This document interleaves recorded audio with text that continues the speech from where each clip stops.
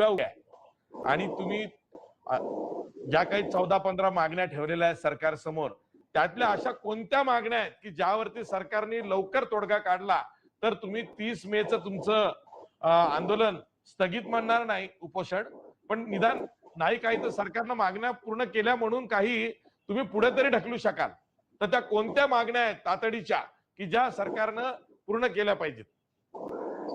इकडचा हिमालय तिकडे जरी झाला तरी 30 मेची एक तारीख थांबू शकत नाही अंमलबजावणीशिवाय. हे पहिलं. मी तुमच्या सगळ्या प्रश्नाचं उत्तर देतो, पण हे पण शॉर्टकट मध्ये सांगतो, थांबू शकत नाही. फक्त ज्या बैठका मी राज्यातल्या गावागावातल्या थांबवल्यात त्या फक्त एकट्या लाड भाऊमुळे थांबवल्यात.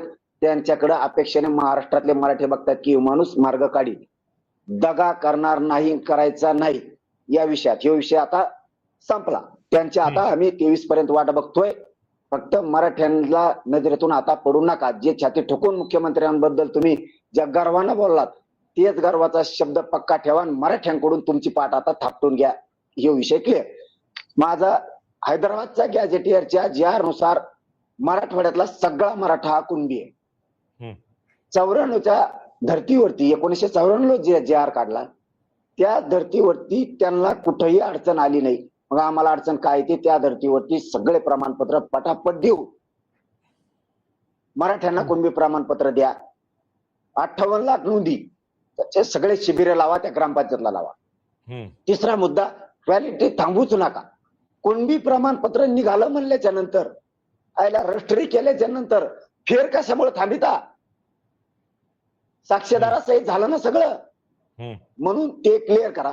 चौथं की सातारा संस्थांचा गॅझेटियरचा JR पाहिजे मला अंमलबजावणी सहित. सातारा संस्थान, कोल्हापूर संस्थान, औंध आणि पुणे संस्थांचा JR काढताना त्याच्यामध्ये हैदराबादच्या गॅझेटियरचा सुद्धा पुनरुच्चार करायचा. आणि तो या 5 गॅझेटियरचा JR काढताना 1994च्या धर्तीवरती JR काढायचा. तो जसा काढला, कारण त्याला अडचण नाही आल्या, आम्हाला कसं काय आल्या. यानंतर केसेस मात्र सगळ्या सरसकट मागे घ्यायच्या. पोरं विनाकारण गुतवलेत, करून गेलेत दुसरे. आमच्या पोराचे पुरावे नाहीत, व्हिडिओ नाहीत. काही काही पोरं पुण्याला नोकऱ्याला आहेत, नाव इथं आले. काही राजकारण्यांनी नाव मुद्दाम टाकलेत. काही पोरं शेतात आहेत. काही माणसं आमचे दूध घालायला आले, करून गेले पळून, आणि दूध घालणारे धरले. हे त्याच्यामुळे ते खोटे गुन्हे आहेत. पुरावे कुठेही नाही आहेत, ते सरसकट गुन्हे मागे घ्यायचे.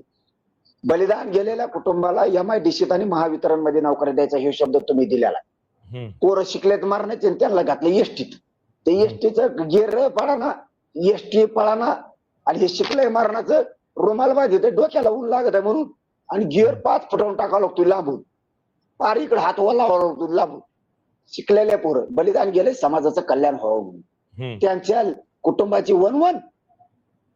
सातारा संस्था हैदराबाद गॅझेट नुसार खूप अर्ज गेलेत, खूप चुकीची माहिती देतात अधिकारी. ते प्रमाणपत्र पुरे काढायचे. सारथीच्या सगळ्या योजना पुन्हा सुरू करा. MNS बंद केली, अरे मोठ्या बंद केल्यात, किती सांगू. लाड भाऊ म्हणलेत ना, तुम्ही बोलत नाही, डायलॉग होत नाही. डायलॉग झालेत. तुम्ही आता नवीन पाहुणा आलात, आमचा पर्व आता वाचलाय तिकडे, त्यांना सांगू तुम्ही आता नवीन पाहुणा आलात राव. सगळ्या संघ सांगू फेस पाडाय मा विखे पाटलाचं प्रसाद लाडांना वोट दिलं, तुम्ही प्रसाद लाडांचा खांदा पकडताय. आता मग जीवाचा माणूस बोलला, जातीच्या जीवाचा माणूस बोलला ना, त्यांच्यात आम्हाला गर्व वाटला. जातीविषयी बोलताना त्यांनी ठाम सांगितलंय, माझ्या जातीचं जरांगे पाटलांनी कल्याण केलंय. मी पण मराठाचे, फक्त त्यांनी एका मंत्र्यावर प्रेम करावं, दुसऱ्यावर करू नये, असं वागू नये. पटलं मला.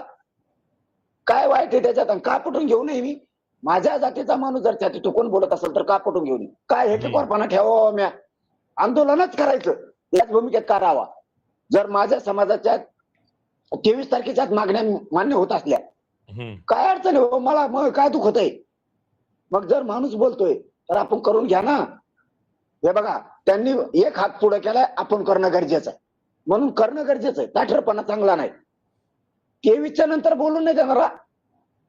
तुम्ही म्हणायचे का मराठ्यांची त्याला राजा होता तुम्ही मला काय म्हणता? माझ्या जातीचं कल्याण केलं, मी मराठ्याचा आहे आणि माझ्या जातीचं कल्याण केलं. आम्ही म्हणू लाड भाऊने मराठ्यांचं कल्याण केलं, पण आता माग सरकायचं नाही.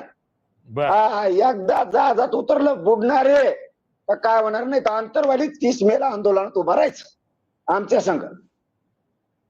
Yes, thank you very much. धन्यवाद मनोज जरांगे पाटील. मला माहिती आहे ऊन खूप आहे. ओव्हर हिटिंग मुळे मोबाईल फोन बंद पडतात. मराठवाड्यात, विदर्भात इतकं ऊन आहे.